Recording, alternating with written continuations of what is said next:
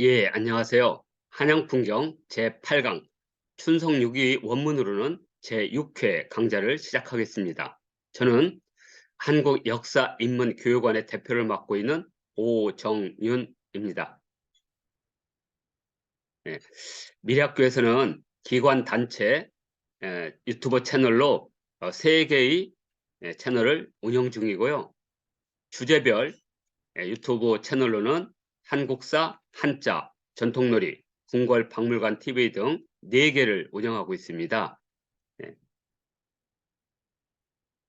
예, 춘성유기는 가래고를 쓴 유독공의 시라든지 글을 모은 시문집인데요. 영재집이라고 하고 있고, 이 15권 사책 필사본으로 되어 있는 건데 바로 15권의 춘성유기가 있습니다. 유독공이 바로 스승이 되는 박지원 그리고 동무인 이덕무와 함께 한양도성에 봄에 유람을 하고 그것을 시문집으로 남긴 겁니다. 춘성유기는 총 5면에 이르는 아주 짧은 산문집인데 그 안에는 정말 많은 내용이 있습니다. 연안 박지원과 청장관 이덕무와 함께 영재 유독공이 한양을 답사하면서 남긴 기록 속에서 오늘의 모습과 연결하면 많은 내용을 우리가 알 수가 있습니다. 춘성유기는 3월 3일부터 3월 6일까지 4일간에 걸친 한양도성의 봄나들이 기록입니다. 어, 현재 경복궁에 가면 영재교 앞에 있는 뭐 폐하라고도 보고 공복이라고도 부를 수 있는 영재교 철록, 춘성유기에서는 철록이라고 불렀습니다. 그리고 근정전 석견, 그 다음에 간이대를 해체해서 만든 품계석, 뭐 경회로 석주 등을 비교해서 볼 수가 있습니다. 자, 오늘은 5장 5절 1구입니다. 5구 1절. 이 내용을 보면 이제 경복궁의 북쪽 이제 광화문을 지나서 근정전을 지나고 경의를 지나서 이제 북쪽으로 오게 됩니다. 거기에 간이대가 있었다는 거죠. 북쪽 북장진의 유간이대, 북쪽 담장 안에는 간이대가 있었다. 그리고 간이대 위에는 네모나게 된 옥이 하나 있었다. 그리고 간이대의 서쪽에는 검은 여자입니다. 검은 돌 6개가 있대죠. 6개. 그리고 길이는 5에서 6자. 그러니까 약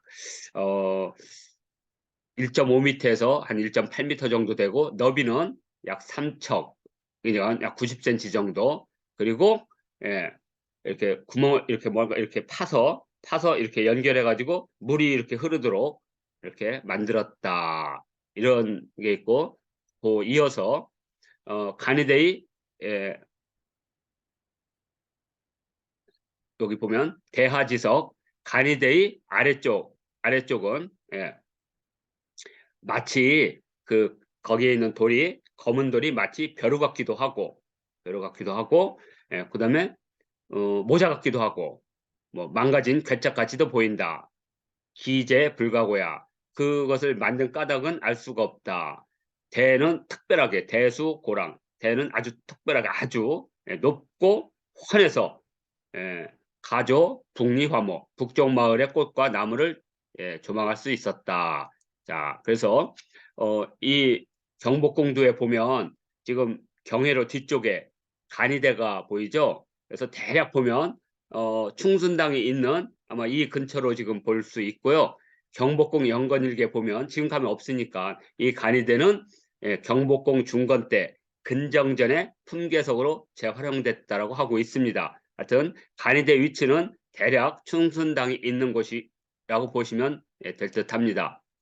자, 간이대는 이 천문기기를 두고 하늘을 관측하던 석축이 되겠습니다. 현재 우리가 볼 수 있는 관천대, 이 간이대는 영릉, 세종대왕의 능묘인 영릉에 가면 이렇게 모형으로 관천대를 만들어 놨고 현재 이 운현궁 바로 이 북쪽에 서운관에서 쓰던 관천대가 남아 있고, 그다음에 창경궁에 가면 관천대가 있습니다.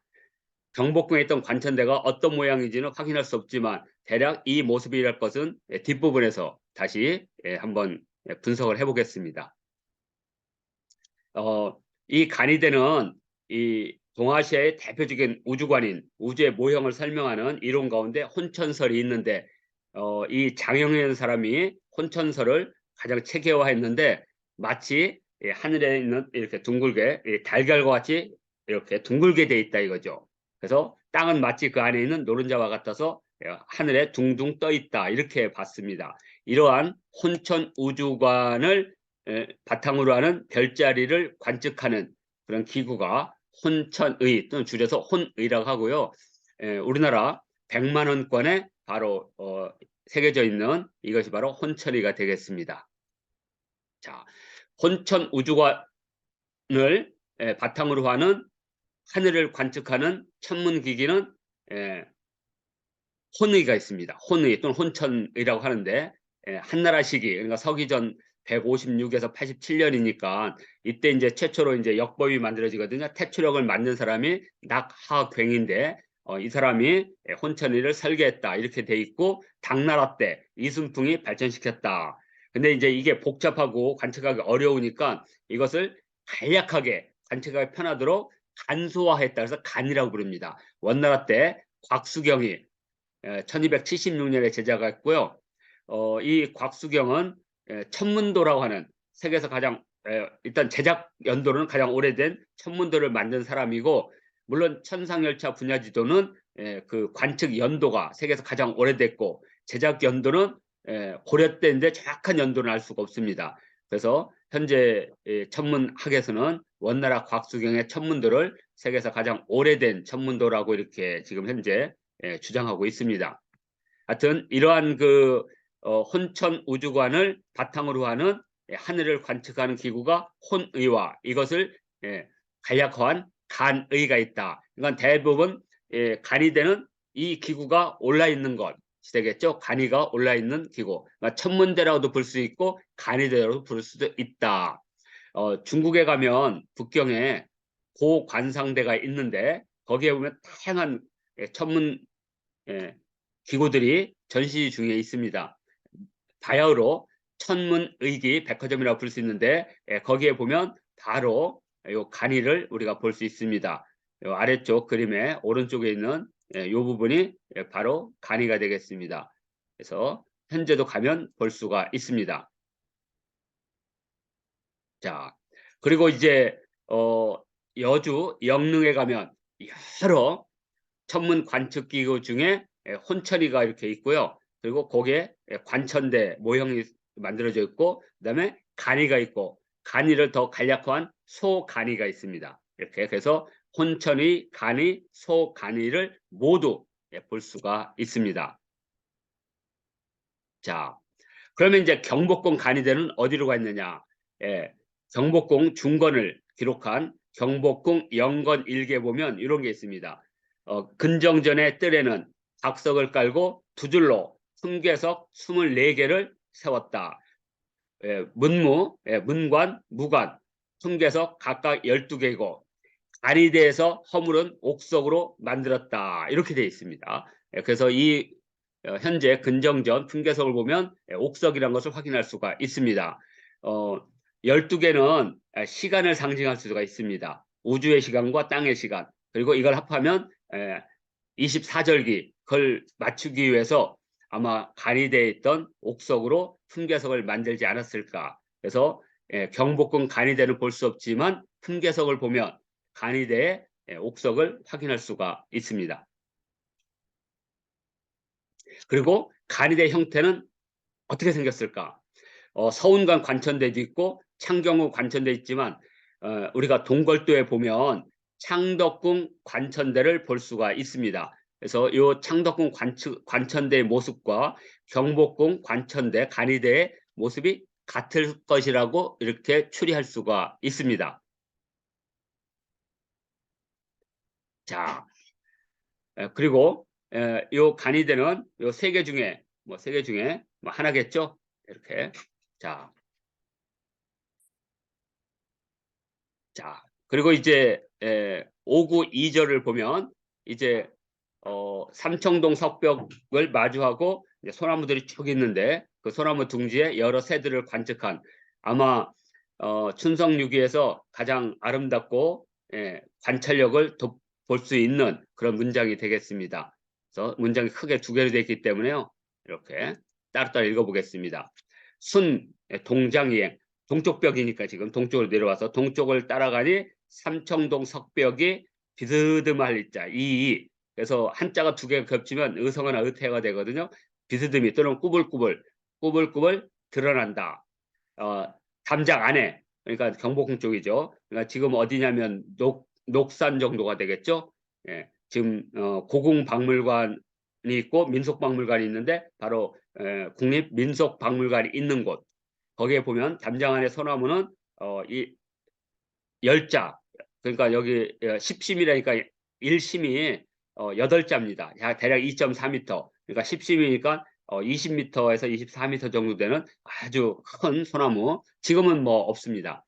거기에 보면 황새관자, 까치작자, 그다음에 해오라기 로자, 가마우지 자자. 그래서 네 종류의 새를 특정했습니다. 그래서 서숙 기상 그 위에 집을 짓고 둥지를 틀고 깃들어 있다. 자, 요게 5구 2절이 되겠습니다. 자, 그래서 아마 이런 식의 모양일 겁니다. 황새, 참새, 해오라기, 가마우지가 이런 식으로 둥지를 틀고 거기에서 자리를 잡고 있었겠죠. 자, 그리고 이제 그 새 네 마리마다 새만 있는 게 아니라 다양한 새가 있다고 보고 있습니다. 여러 새들의 모습들을 8가지로 그래서 유순백자 아주 흰 놈도 있고 요 다묵자 약간 거무스러 덜 검은 거죠. 자, 그리고 유연홍자 연한 붉은 것도 있고 머리에 벼슬을 단 것 또는 이렇게 벼슬 숫자 그리고 이 부리취자 취여 시자 부리는 숟가락 같고 미여 면자 꼬리는 이렇게 가닥이 있는 거 솜 같은 이렇게 생길 수도 있고 가닥이 이렇게 면이니까 줄이 이렇게 줄처럼 된 거니까 그리고 포란이 복자 알을 감싸고 이렇게 이렇게 품고 앉아 있는 놈도 있고 가지를 물고 둥지를 로 이렇게 들어오는 동물도 있다 이렇게 보겠습니다. 자, 그래서 이것을 보면 황새가 아마 있었으니까 검은새, 흰새, 그리고 가머지가 검은새, 검은새로 만든 놈도 있고, 그다음에 연한 붉은새가 뭐 참새, 그다음에 머리에 벼슬을 달고 있으니까 뭐 꿩이 있을 수도 있고요. 그다음에 부리가 마치 수저 같은 놈도 있고, 그러니까 저새 같은 이런 새, 그다음에 꼬리가 솜 같은 저게 솜 같은 거지만 이 면이라는 게 이렇게 가닥처럼 생긴 거니까 꼬리가 이렇게 가닥, 딱새 같은 것, 그다음에 알을 품고 있는 어치, 그다음에 가지를 물고 둥지로 들어오는 뭐 외가리 같은 뭐 이런 새들을 아마 관찰해서 이렇게 남긴 것이 아닌가 이렇게 볼 수가 있고요. 자, 상토상교 서로 이 부리를 팍 부딪히거나 뭐 이런 뭐 이게 싸우는 것이 장난치는 걸 수도 있고요. 그다음에 상교 하면서 어울려 놀기도 한다. 기성 그다음에 후후 코 고는 소리 후자거든요. 그리고 그 소리가 시끌벅적하다. 송엽 실고 소나위음은 이미 다 떨어졌다 이거죠. 왜냐하면 봄이 아직 안 왔으니까 이제 막 이제 푸릇푸릇 나는 것은 일부 있었지만 많이 떨어졌겠죠. 송화, 다퇴, 다퇴우, 공란. 퇴우라는 건 이제 빠진 깃털을 말하고 공란은 이렇게 알을 떨어뜨리죠. 새끼가 나면 알을 떨어뜨려 바깥으로. 그래서 공란이죠. 그래서 알껍데기가 널브러져 있다. 유람에 나선 윤생이가 발기석, 그러니까 이렇게 투석기처럼 돌을 하듯이 이렇게 해가지고 샥 던졌겠죠. 그래서 그 중에 하나가 맞은 거죠. 순백. 꼬리가 아주 흰 놈의 꼬리를 맞추니까 새떼들이 놀라서 싹 날아간 거죠. 경상 놀라서 날아가니 여설 마치 눈과 같았다. 자, 이것을 한번 보겠습니다. 먼저 윤생이라는 사람입니다. 윤생. 이 윤생은 윤씨성을 가진 생원을 약자로 하거나 또는 윤씨성을 가진 학생 이렇게 또는 역사인물 윤생 뭐 여러 가지로 할 수가 있는데 역사인물 윤생은 사실 확인이 불가능합니다. 조선 전기에는 윤생이라는 사람이 있었는데 그 윤생도 윤씨성을 가진 뭐 학생이나 윤시성을 생원이라 할 수가 있는데 박지원의 김신선전에 보면 윤생, 신생이라는 이름이 등장합니다. 그러면 여기 윤생과 신생을 이름을 볼 수가 없는 게 윤씨와 신씨 성을 가진 어떠한 일을 하던 아마 시중꾼 또는 학생이 아닐까 이렇게 추정할 수가 있습니다. 아무튼 그때 이제 뒤따르던 윤생이 이렇게 장난치시지 선생님 제 돌팔매질을 한번 보세요 하고 확 던졌겠죠. 근데 꼬리가 흰 것이 탁 맞은 거죠. 그랬더니 쇳더니 슉 날아가는 모습을 이렇게 흰 눈이 내린 듯이 하였다. 이렇게 설명을 하고 있고요. 자, 이렇게 하면 전체적으로 이 춘성유기의 5구 1절이 과 2절이 이렇게 마치게 됩니다. 자, 그래서 이상으로 고전학당 한양풍경 제 8강을 마치도록 하겠습니다.